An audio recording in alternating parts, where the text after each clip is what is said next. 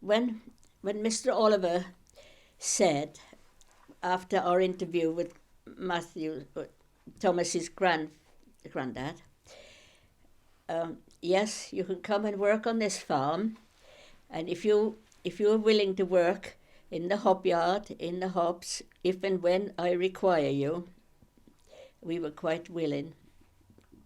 Excuse me, at a very nominal rent, and to us, my husband and I, and the children, it meant the first security in our lives that we ever had. We never owned a house. We could not afford anything like a house. And then this was heaven. Even though it was condemned, it was heaven to us. And my husband did the house up with vinegar and brown paper.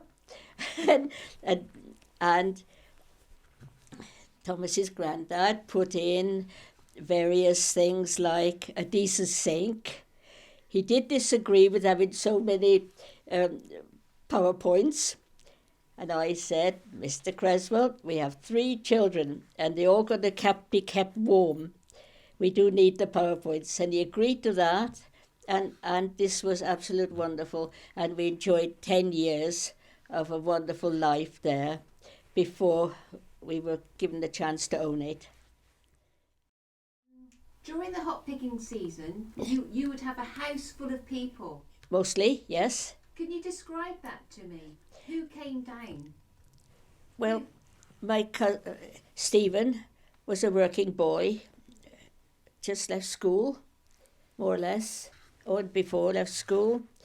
His brother Ian and his mum worked in the hops, but she also worked over the road for Mr. Panniers until things went terribly wrong, and Mr. Panniers wouldn't give her a day off because because I had a job for her to do, and she depended on that job, which was in catering. And so I said to Thomas's dad, Mr. Oliver, I've got a problem. Auntie is not required at the other farm anymore. Now what is she to do? A widow lady with 3 children, hard-working. Mr. Oliver said, no problem, come and work here. And she did. And they got on together very well, yes. Where you're from originally and how you ended up here. You can just do a very shortened version. Originally, I was born in Vienna, 1934. I had, consequently, the war. My mother came to England in 1937, couldn't bring me along because it wasn't a done thing to take a child into service with her, no. And I then lived with my grandparents and until the end of 1945, when my mother applied to the Red Cross to bring me to England, to join her and her husband. And he was the most darling husband, he was, and the best father. And that's how I came to England and joined my parents in Radnorshire. And from then I met my husband, and we married in 1951. And we then moved to a tight cottage in Radnorshire, Nil Prestine, Radnorshire. And we worked there 10 years. And I didn't have a job because it wasn't a done thing until my husband wanted to buy a gun. The farmer said, Charlie, if you got a gun, you can always pop a rabbit and you'll always have something to eat. Just don't shoot my pheasants. And so that's how it was. £14 this gun cost. Was that a problem for you, being a father? Yes, a very great problem. It was a great problem in school because I took quite a lot of flack from the farmer's son, because I went to school at Knighton by then, secondary school, and they was giving me a hard time, and in the end it came to fisticuffs, and I really had to defend myself by then, and they were calling me words I don't really want to repeat, I don't, unless you really want me to, but well, they called me a bloody cherry, to tell you the truth, and I had enough of that.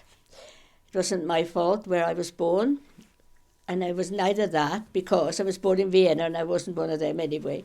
So we came to fisticuffs, and I stood up for myself and I let them have it. The 5 of them, and blood was pouring everywhere. And it was a strict school then, and we were called into the office, the headmaster's office, and he said to me, Mary Edwards, because I went by Mary Edwards because of my stepfather's name. Mary Edwards, can you explain what happened? And I told him exactly what I've just said. And he said, thank you. And he called an assembly of 200 children there and then. The bell rang, and we all congregated in the community hall in school. I was stood on the stage, and the headmaster said, now, how would you like it if they called you that name and you wasn't even a German, you were an Austrian, which they didn't really know one from the other.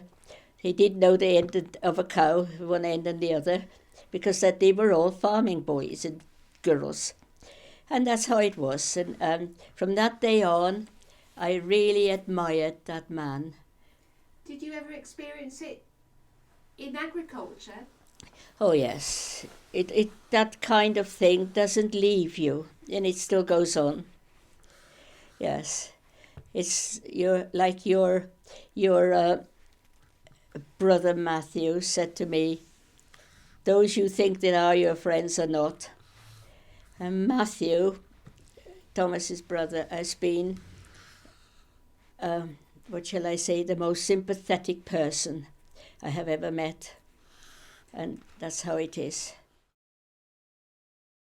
And I was working not on this farm, but at Wittig, up the road, and the hops used to travel over the top, and all this sulphur got in my eyes, and it totally closed my eyes. So I sort of had to keep on rubbing it with Vaseline to stop them from being just get into your eyes. But that was just a job for a week or so after I finished here. I just helped out. That's what I did, help out. I was born in 1934, and I was born in Vienna, in the poorhouse. I've got a lovely certificate to show where I was born, and I my mother was not allowed to keep me because I was illegitimate, and my father was a violinist and he didn't want to know, and so I was taken to foster parents who were very, very kind to me. And I lived then with the foster parents, right, until 1937, and my mother left Vienna to go to England in service. So you've been here now. Tell us how long you've been here at this farm. At this farm, I've been here 34 years. And what does that mean, living here and working in and around hops all that time? Well, to me, it meant work. It meant a regular wage. And it meant living where we lived, security. We had not enjoyed total security ever until then, because living in tight cottages is certainly no security. Was that especially important to you, Inge, because of your beginnings in life? Oh yes, security, yes. My first security was when I joined my mother and my stepfather in Herefordshire.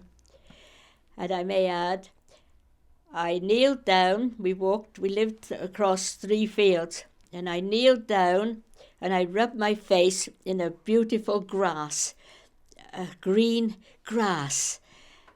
And my father said, "What do you think you're doing?" And I said, "It's green grass. I'd not seen green grass." And the feel on my face was wonderful. And that's how, I may add, in England's green and pleasant land, that is my song. Why do you think it's important that we record stories like yours? I think going back to before the war, it was a most trial time for everyone, not just me. It's very important that it is be known to the younger generation.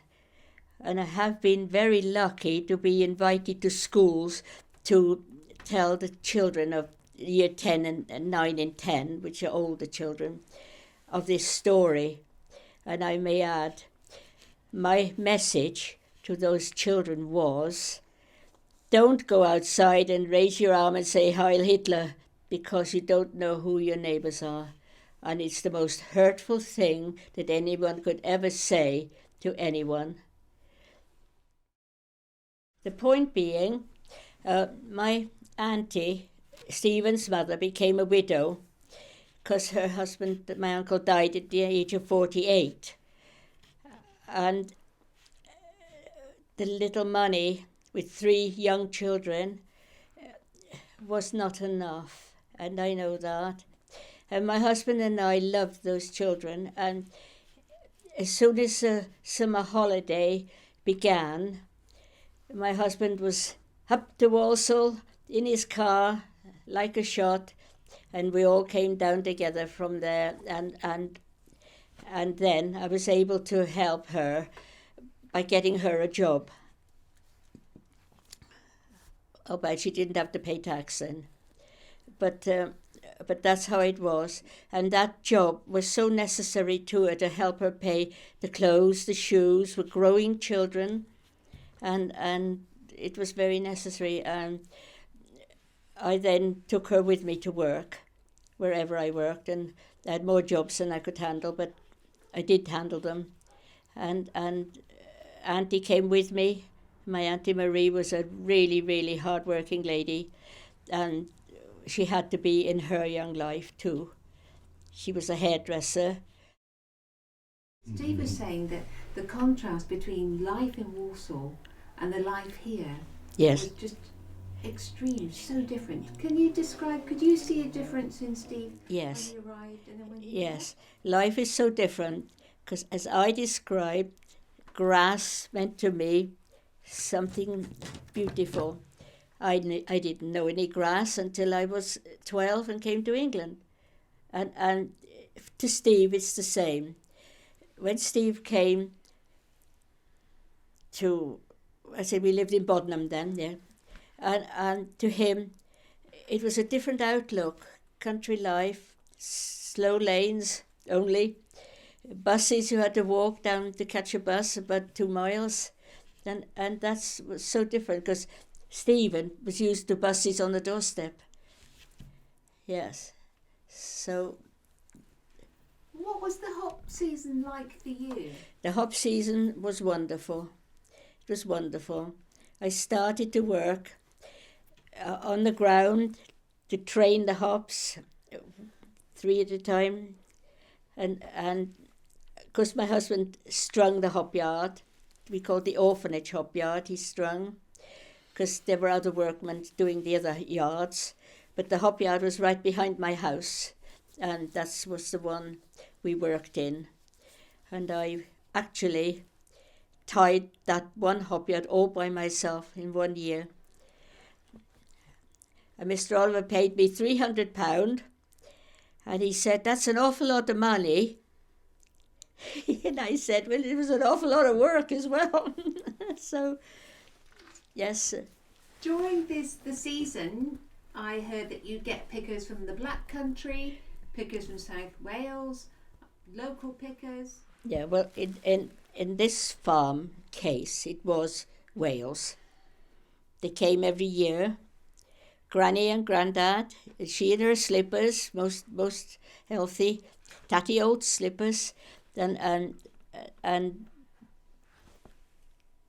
I think there was 5 men working in a hop yard on the hop trailers, and another lady, the mother, and they all worked on the hop machine because they needed 3 people here, 3 people there to pick out the leaves as they came over the belt as the hop machine plucked the hops. It also plucked the leaves, and that's how many people. Then there was 1 lady separating the hops as they went through the machine to separate the hops from the bine, as we call, and she made sure that it didn't get stuck in the machine. That was her job, yes.